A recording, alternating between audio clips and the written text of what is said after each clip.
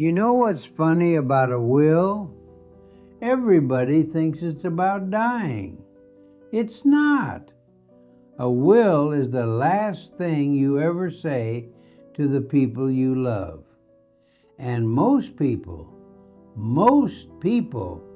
fill it with the wrong stuff.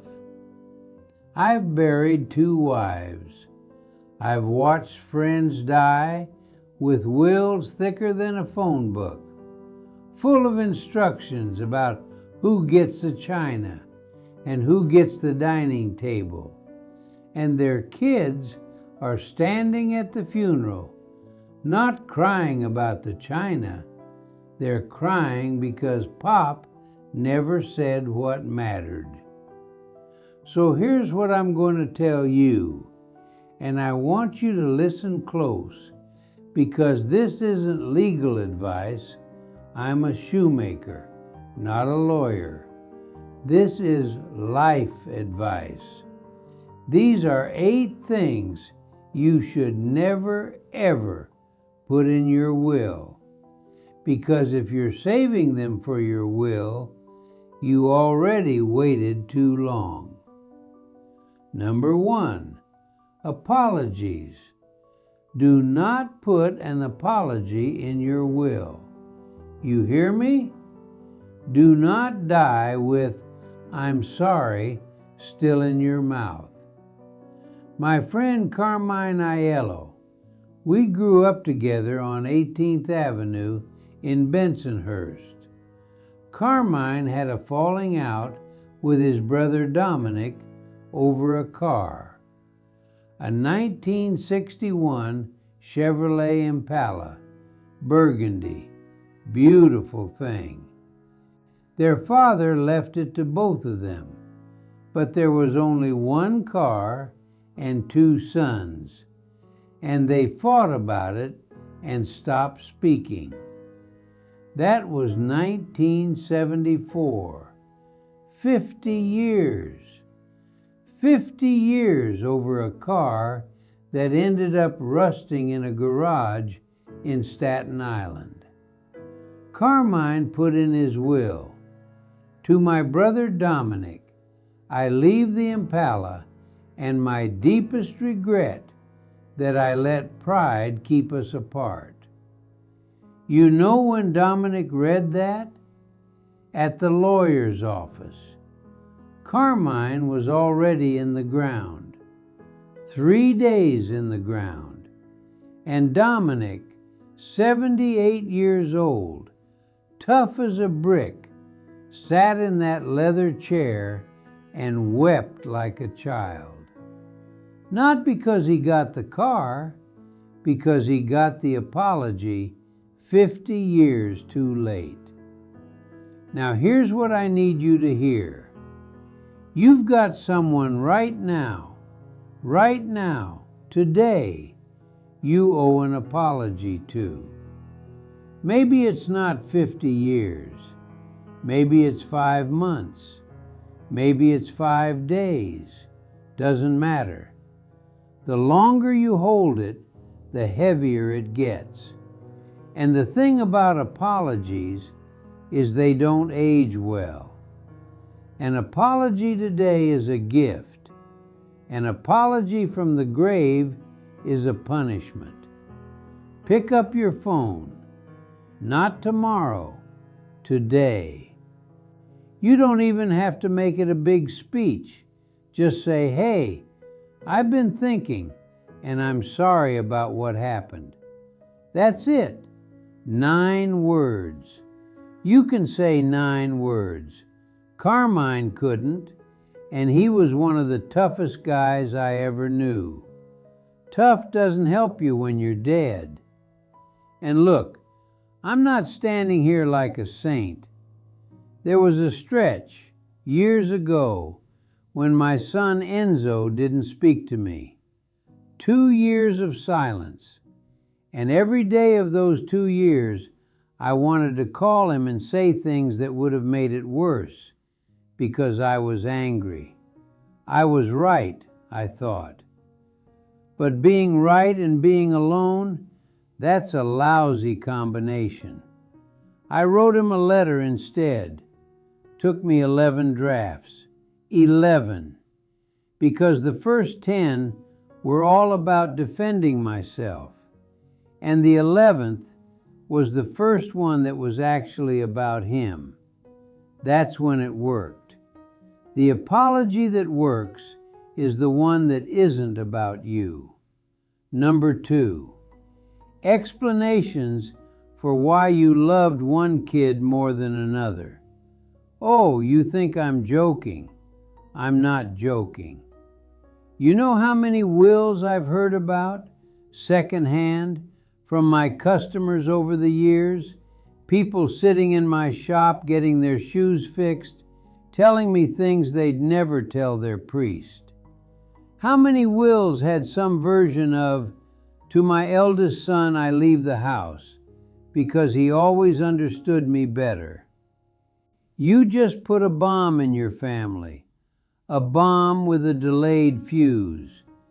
Every kid knows, they know. You think you're hiding it, and you're not. The kid who gets less, they already suspected. Now you confirmed it, in writing, with a notary stamp. Congratulations, you just turned your death into evidence.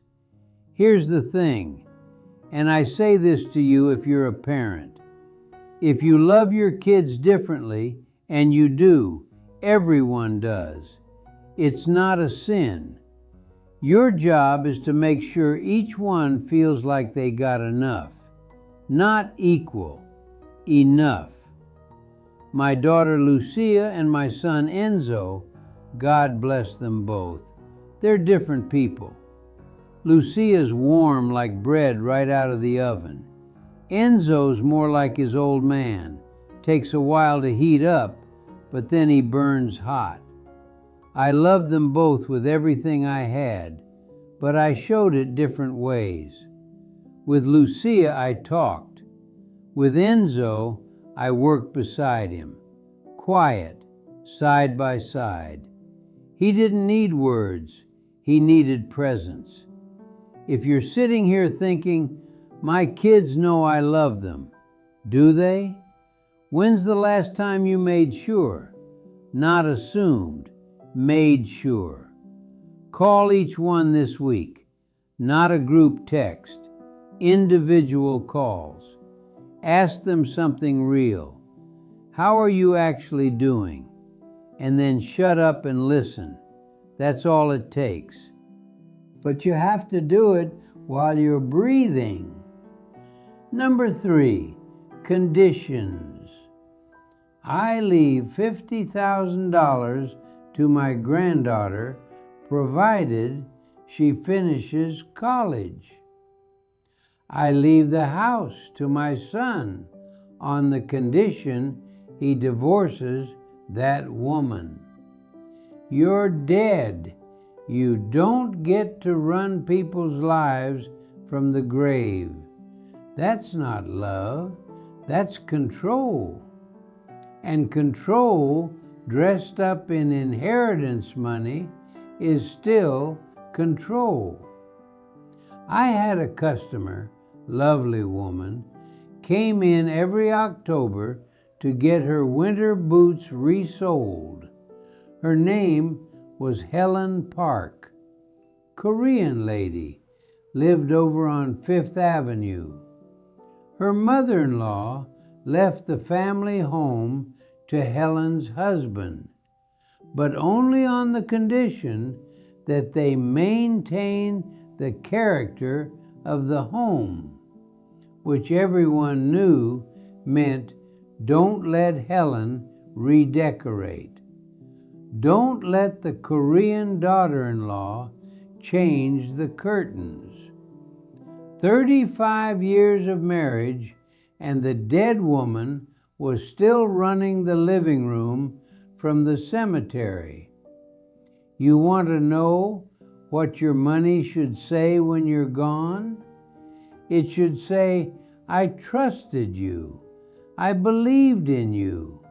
Here, take this and build something I can't even imagine because I'm not there to see it.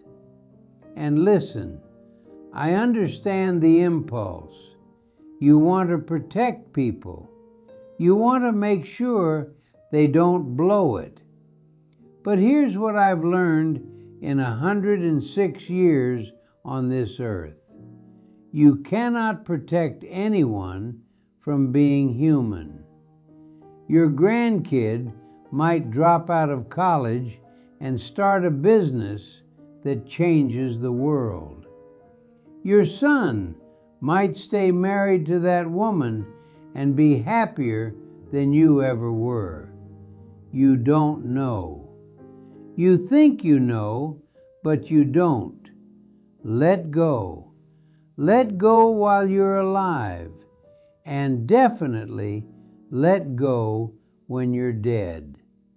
If there's someone in your life right now that you're trying to control, with money, with guilt, with silence, with conditions, stop.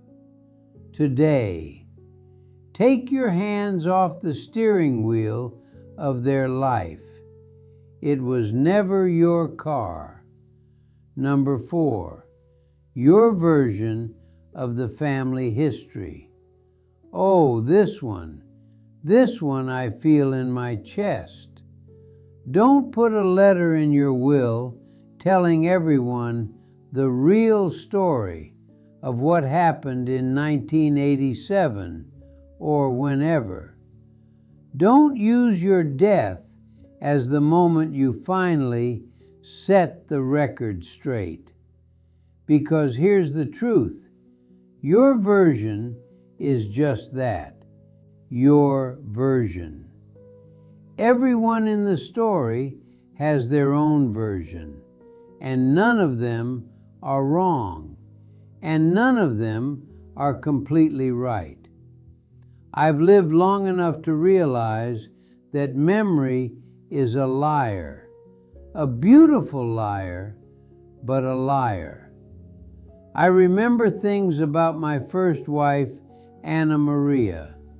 I remember the yellow dress she was wearing the day she died. I'm sure of it. My daughter Lucia told me once gently, "Papa, Mama's dress that day was blue. I saw it in the photograph."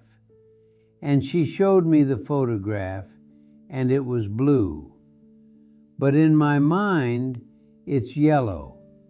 It will always be yellow, because that's how grief paints things. So don't leave behind some manifesto about how Uncle Tony really stole from the family, or how your sister was the one who started the fight at Christmas 1983. You're leaving a story with no chance for rebuttal. That's not justice, that's a monologue. If there's a story that needs telling, tell it now. Sit down at the kitchen table with the people involved. Bring some coffee, maybe some wine, and hash it out like adults. It'll be messy. It'll be loud. That's fine. At least everyone gets to talk. At least it's a conversation and not a verdict. Number 5, guilt. Don't you dare leave a letter that says, "I hope you realize now what you put me through." Don't leave behind some accounting of every sacrifice you made, every birthday party you funded, every time you drove 2 hours to their soccer game. I see this with parents. They keep score. They keep a ledger in their head. I did this for you, and this, and this. And they think the will is the final invoice. Let me tell you something about sacrifice. If you did something for your kids and you kept track of it, it wasn't a sacrifice. It was an investment. And investments expect returns. A sacrifice is when you do it and you let it go. You release it. It's gone. It belonged to them the moment you gave it. My father Enzo, God rest his soul, that man worked 16-hour days, 6 days a week. Factory during the day, fixing shoes at night on the kitchen table while I slept. His hands were so calloused, they looked like they were made of wood. You know what he never said to me? Not once, "Look what I did for you." Not once. He just did it. Because that's what you do. You carry the weight, and you don't hand the receipt to your children. If you're keeping score with someone right now, your kids, your spouse, your friend, rip up the scorecard. Light it on fire. Keeping score in a relationship is like keeping score in a marriage. The only one who wins is the divorce lawyer. Number 6, secrets. I know a family, I won't say their name, they're still around, where the father revealed in his will that he had another child, another family. For decades, the man lived 2 lives and used his death as the confession booth. You know what that did? It didn't bring closure. It blew a hole in every memory his wife had, every business trip, every late night, every "I'll be home tomorrow." All of it was now suspect. She couldn't mourn him because she didn't know which version of him to mourn. Secrets are poison.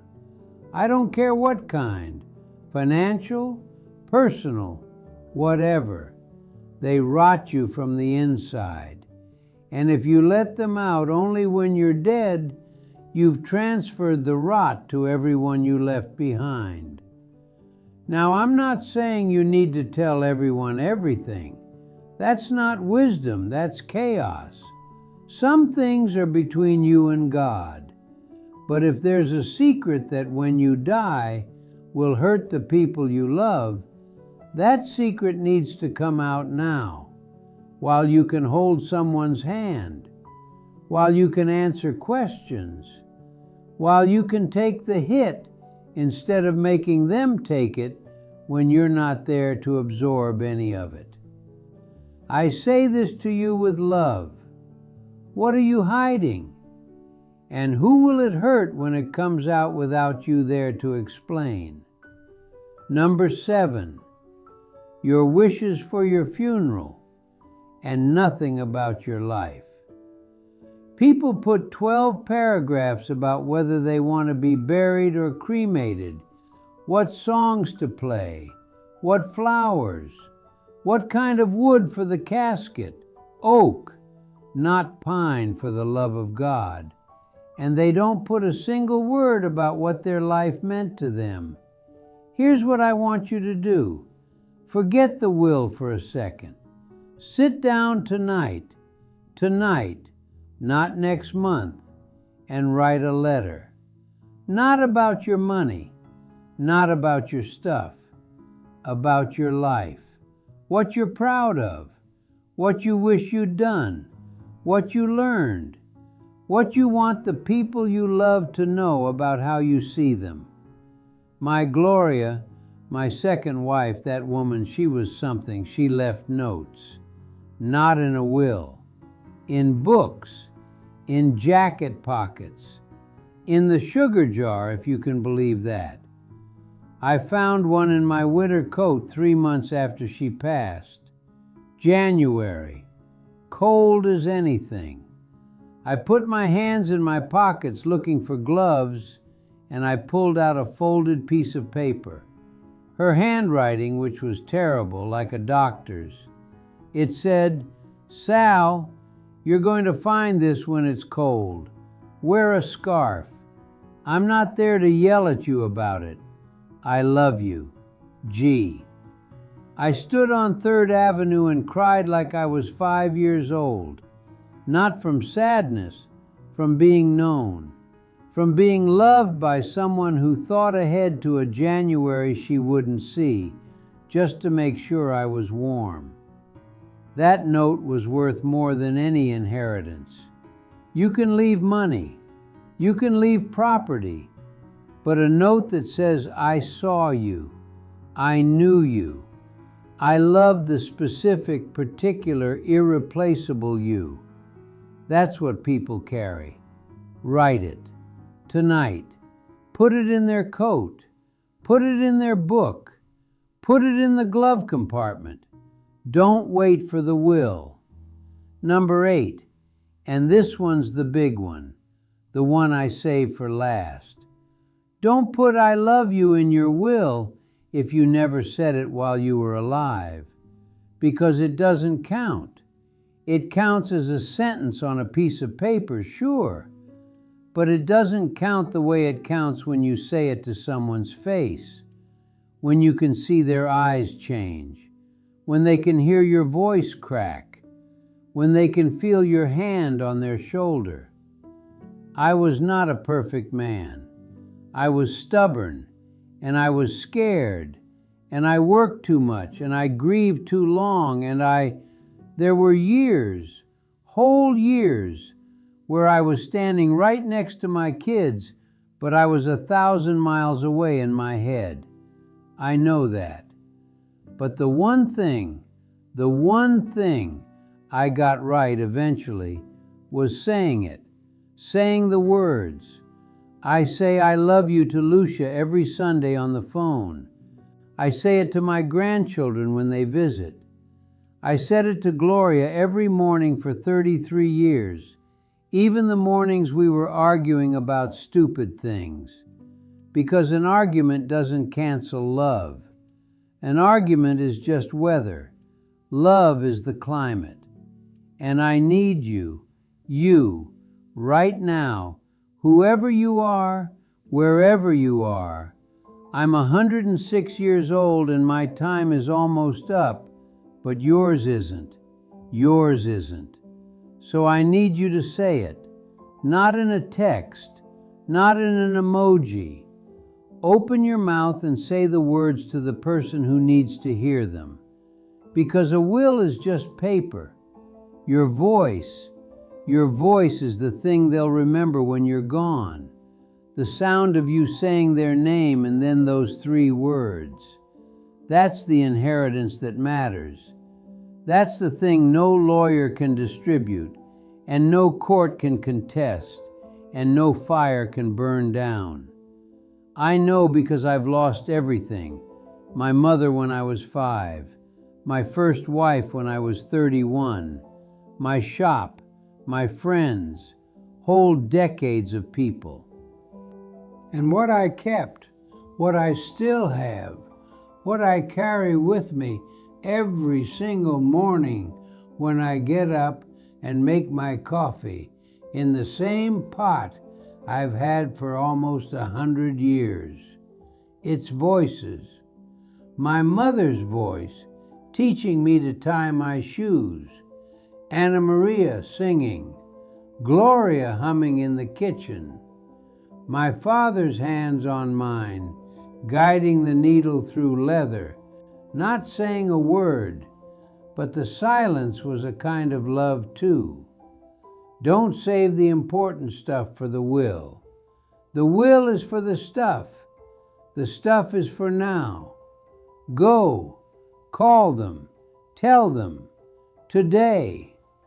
And if you're sitting there thinking, they already know how I feel, they don't. Not enough. Never enough. Say it again. Say it one more time. What's it going to cost you? 30 seconds? Your pride? I'm 106. I've got maybe a year left, maybe a month, maybe tomorrow's the day. and I am telling you with everything I have. The only thing I've never regretted saying is, I love you. Not once. Every single other thing, the arguments, the business decisions, the words I said in anger, I regret plenty of those. But I love you? Never. Not once in 106 years. So don't put it in your will.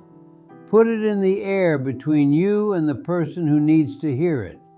Right now, while your mouth still works, while their ears still work, while there's still time. Because there is. Right now, there's still time. But I promise you this, someday there won't be.